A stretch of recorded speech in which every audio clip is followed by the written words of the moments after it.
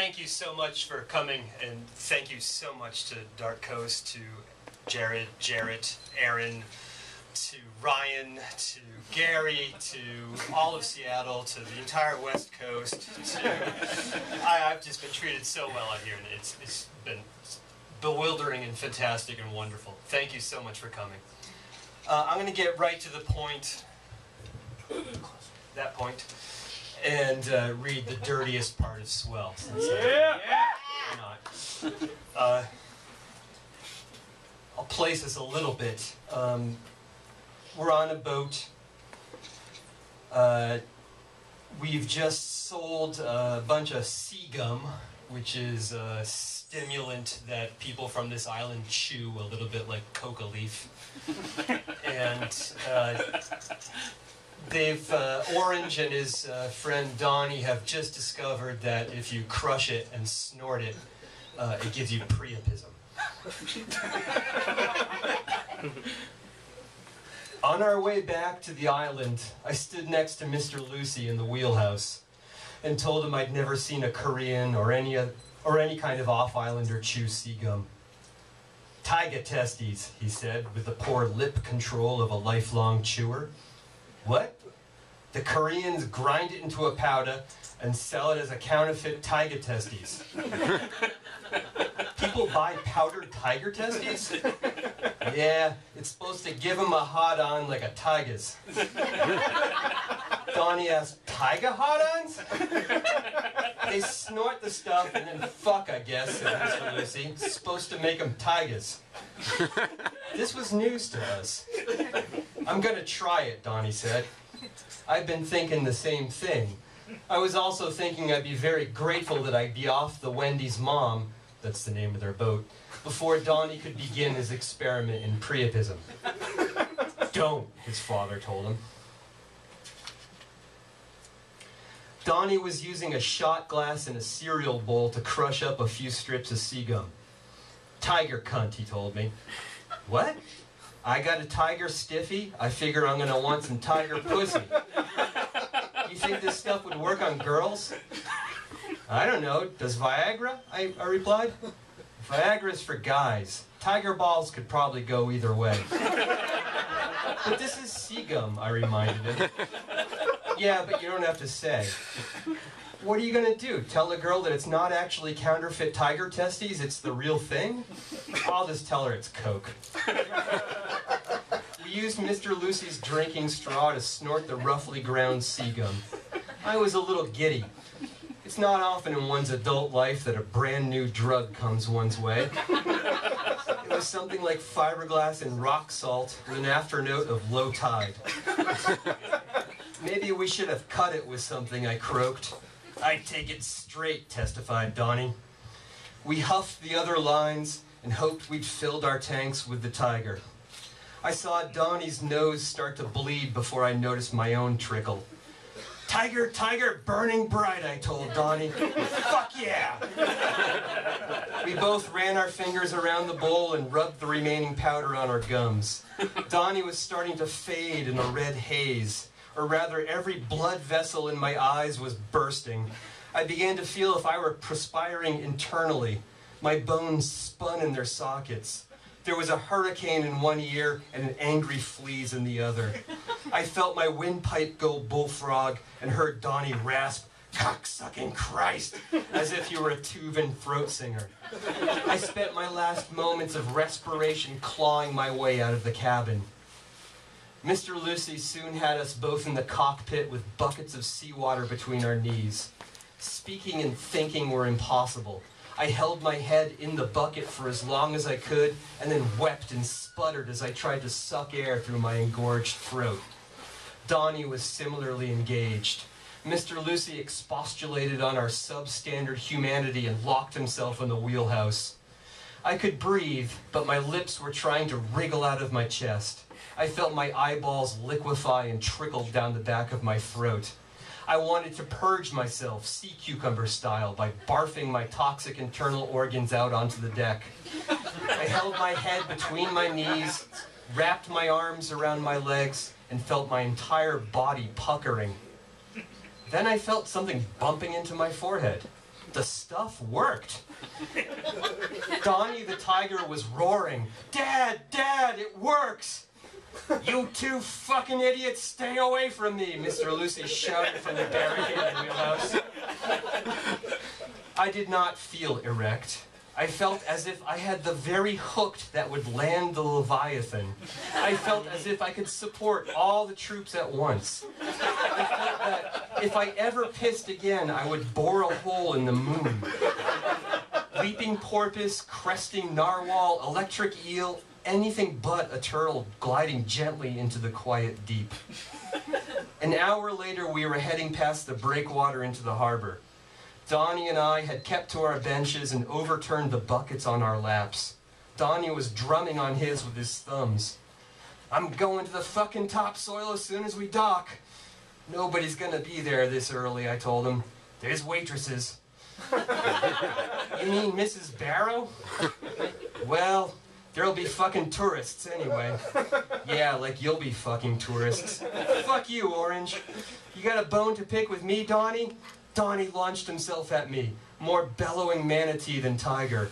Later, the bruises and cuts would remind me of his assault, but my initial impression was only of my face being pressed into the soft and stinking blubber of his chest, his sulphurous breath, and the sting of his saliva in my eyes as his flippers bashed my head side to side.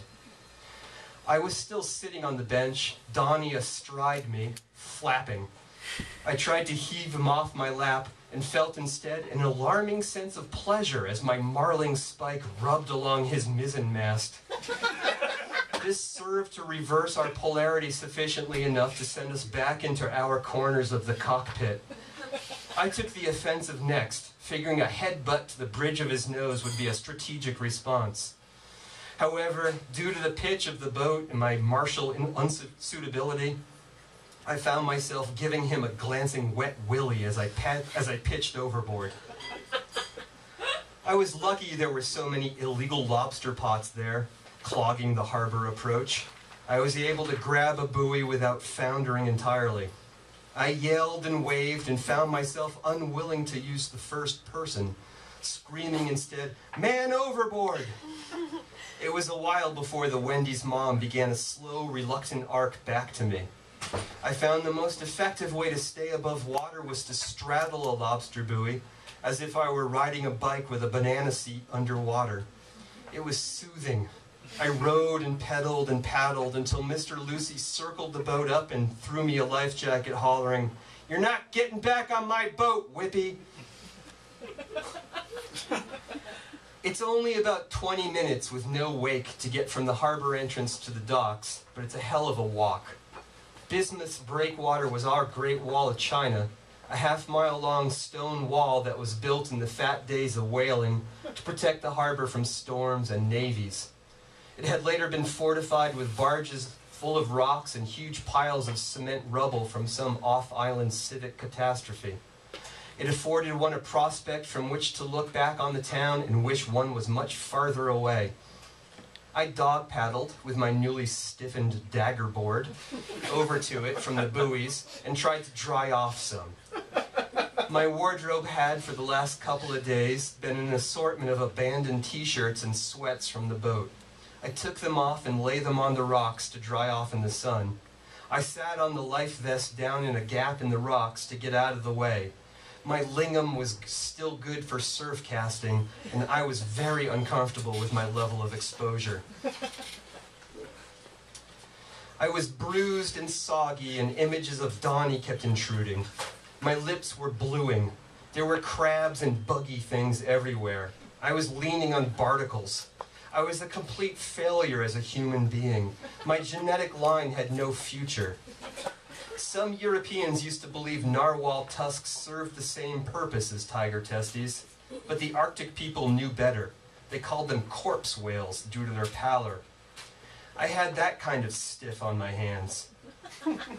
I was actually whimpering in frustration when I heard my name.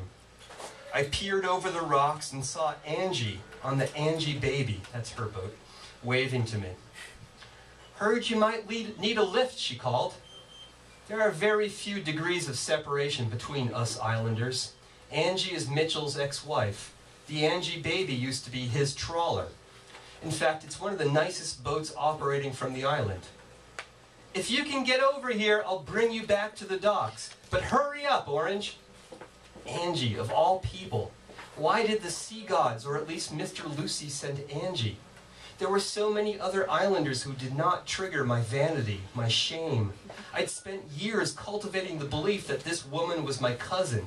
If she were my cousin, I could steal a few peeks now and then and continue to admire the way she'd never lost her youthful roundness, the curves that turned to crags and angles so quickly on many islanders. I could sleep over on her and Mitchell's couch, and we could shuffle around each other in our underwear in the morning without too much fuss. If Angie were my cousin, the fact that her toenail polish matched her lipstick, and her habit of wearing only a sweatshirt, a bathing suit, and a kerchief for half the summer would merely be cute and practical. The way her brown pupils contrasted with the whites of her eyes, in the same manner that her tan line contrasted with her pale skin when her suit slipped a little off her shoulder, and that wouldn't fixate me at all. I was grateful when the two of them split. It meant I could go back to drinking with Mitchell, quit showering before I went over. Angie had always been too competent for me, too put together. It was intimidating. People like her had too much presence of mind, too little self-consciousness. Well, maybe just enough, like just enough lipstick and enough poise to pilot her own boat. Doing my best to crouch behind the rocks, I pulled on the damp sweatpants and t-shirt. I strapped myself into the life preserver and clambered down into the squishy seaweed and cold swirls of ocean. Once I was submerged, I took my tiller and tucked its tip under the preserver, hoping absurdly to preserve some dignity. After paddling over, I had some trouble climbing up the little ladder hanging over the stern. "Come on, let's go, Orange, we're drifting," Angie told me as she grabbed my life jacket and hauled me up. My limbs were stiff, the ladder meant for more sure-footed swimmers. Angie hauled me in over the side, grabbing my arm, the straps on my vest, and finally my very own windlass. "Jesus," she said, surprised. The Lord's name was more than I could articulate at the moment. She got me the rest of the way in, but kept a firm handhold. Entirely deprived of language, I gave her a look that was meant to communicate my appreciation of being rescued, my appreciation of the awkwardness of the predicament, my regret at imposing on her, my boyish vulnerability, my acknowledgement of the comedic situation, in fact that nothing like this had ever occurred before, my acknowledgement of my own virility and masculinity, my appreciation of her femininity and firm hand, my talent to be discreet, my ability to take care of myself after this was over, my willingness to sink back into the brine, a wry awareness of what I presumed to be our suppressed mutual attraction over the years, and a rueful apology for remaining friends with Mitchell, along with a side note of resigned awareness of the way we must all live in each other's pockets here on the island. I hoped the extra whites of my eyes expressed an urgent sincerity, and their cracklement indicated an intriguing but safe degree of derangement. If I'd been turned over, she would have had a perfect bouncer's handhold, one on the collar, the other on the belt. Her grip, though, suggested I was not to be thrown back. If she were fishing and I'd been a harbor seal, she would have been in a good position to gut me, chum the waters with my organs, and maybe pickle my pizzle for a souvenir. But she was Angie, whom I had tried so hard not to think about over the years. She'd always been friendly but guarded, treating me a bit like the competition, someone prone to lead Mitchell down unpaved paths of dissolution and boorish bonhommerie. There was never any profit to explaining to her that it had really been the other way around. Had I ever admired her unbashful way with a bikini? Certainly. Did I know that our friend Laura, who did half the island's hair, barbered the fine brown hairs on the back of Angie's neck once a month? I did. And I had fully imagined running my lips down those soft bristles, feeling them trickle the rim of my nostrils as I nuzzled her neck, taking my time deciding whether to continue kissing, licking, biting all the way down her backbone, or to take a tack and veer over her shoulder, maybe taking her collarbone between my teeth on my way to the notch of her clavicle, where I would rest my nose as I unbuttoned her shirt and drew my face between her breasts, searching for the dot of perfume she would have harbored somewhere in that soft warmth. Indeed, in my imagination, Angie and I had gallivanted more than a few times. Sometimes in my imagination, poor Mitchell would have been relegated to an oarsman down below, chained to his bench. Sometimes I shared his shackles. And Angie, the princess whose galleon we rode, would slip below, point at me and command, "Bathe him and bring him to my cabin." Her cabin where she'd napped and frigged herself to the rhythms of the waves and the oar pullers straining incessant sweeps. Then I'd shoot a glance at Mitchell, my fellow traveler all these hard years at sea, as if to say, "Who am I to disobey the princess? I'll try to steal you some food from above." Angie was a good sailor, with a tool for every job and a place for every tool. She was back from setting her wheel on thereabouts slowly and unwrapping a rubber before I could even get out of the preserver. I don't even know how her shorts came off. My yardarm seemed to go straight from her hand to her lovely cunt without her grip ever lessening.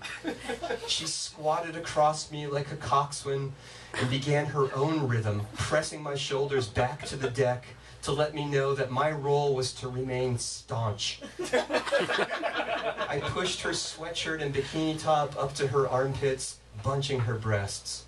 I pulled her chest down to me and snapped at her swollen pink-brown nipples.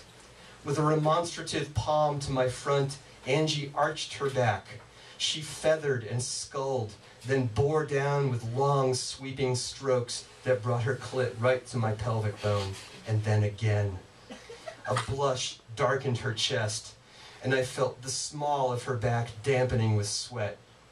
At last, I began to sense a familiar charge building within my body, a current channeling from the soles of my feet up the back of my legs, meeting the other current surging slowly down from the back of my mouth, and then I was thanking every little thing that anyone had ever worshipped on the island.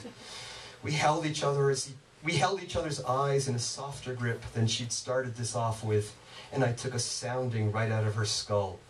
We were both trying to find words to say something more amorous than, "Thanks, I needed that." A couple of smiles was all it took.